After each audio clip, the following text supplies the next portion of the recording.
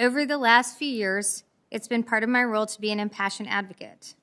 I know there have been some concerns about some of my past language in social media, and I regret that language and take responsibility for it.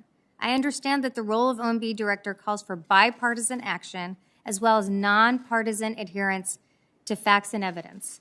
You actually have tweeted more in the past 4 years than President Trump tweeted as far as just numbers, and it's been pretty hostile, obviously. You've called Republicans criminally ignorant, corrupt, and the worst. And as you've already mentioned, over 1,000 tweets have actually been deleted by you as you try to clear, but there's still a lot that's there as well. President Biden has talked a lot about tone. You walk into this being hired with a very, very different tone than when President Biden says that he is looking for on that. So that's kind of stood out in this process to us. And we're hopeful that if confirmed that this is a very different thing.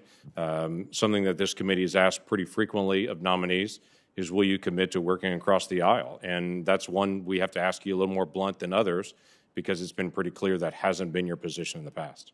I do think the last several years have been very polarizing, and I apologize for my language that has contributed to that.